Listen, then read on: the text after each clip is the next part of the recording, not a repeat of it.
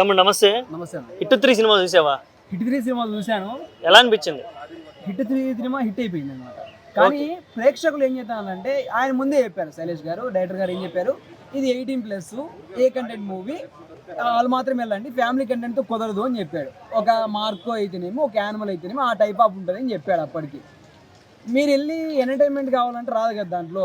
ఒకటి ఏంటంటే ఒక మాసు మొత్తము ఆ టైప్ ఆఫ్లో చెప్పాడు ఆయన, ఫుల్ మాస్ ఉందని చెప్పి. ఆ లాస్ట్లో ఫైట్ సీన్లు కూడా నరుకుడు యేసు అంతా ఉన్నాయి.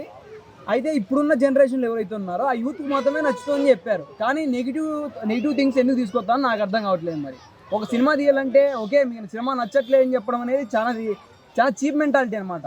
ఎంతోమంది కష్టపడితే తప్ప ఒక సినిమా అనేది బయటికి రాదు, చాలామంది తెలియదు. అది సినిమా బాగుంది, అది మంచి హిట్ అయింది.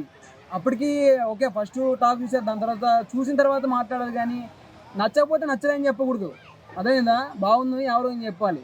దాన్ని ఫ్లాప్ చేసింది అది చేసింది అంటే డైరెక్టర్ ఫీల్ కాడా, పద్ధతి కాదు అది. ఒకప్పుడు హిట్ 1కి యావరేజ్ రివ్యూలు ఇచ్చి ఇప్పుడు హిట్ 1 బాగుంది సూపర్ ఉందని చెప్తున్నారు.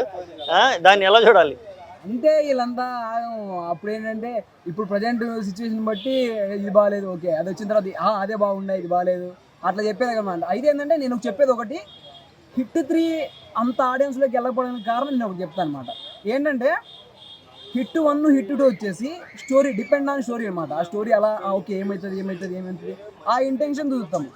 హిట్ 3 మొత్తం నాన్నగారు నడిపించేశారు సినిమా మొత్తం లాస్ట్ దాకా. అసలు ఎటువంటి ఒక చిన్న క్యారెక్టర్ కూడా కనిపించదు, హీరోయిన్ క్యారెక్టర్ మ్యాక్సిమం చిన్న ఒక హీరోయిన్ క్యారెక్టర్ కూడా కనిపించదు. కకృతి పడతావా తప్ప ఇంకేం లేదు దాంట్లో. అంతే ఆ హిట్ 3 మొత్తం నాన్నగారి మీద అలా నడుతుంది అనమాట. అందుకని చెప్పి తీసుకోలేకపోయారో లేదంటే నాన్నగారికి సెట్ అవ్వలేకపోయారో అలా మాట్లాడి తెలియదు. కానీ సినిమా అయితే వేరే లెవెల్లో ఉంది. మొత్తం ఆ ఎడిటింగ్, అసలు ఫైట్ సీన్ లాస్ట్ 30 minutes ఉంటుంది, ఇచ్చి పడేయం కదా అసలు. ఇలా నెగిటివ్ రివ్యూలు ఇచ్చే వాళ్ళకి ఏం చెప్పాలనుకుంటున్నారు? దయచేసి ఒక తెలుగు ప్రేక్షకుడిగా నాకు ఈ సినిమా మీద ఇష్టంతో చెప్తున్నాను, దయచేసి మీరు మాట్లాడే ముందు అది ఫ్లాప్ అంటే నెగిటివ్ మార్క్స్ అయితే తీసుకొని రావద్దండి.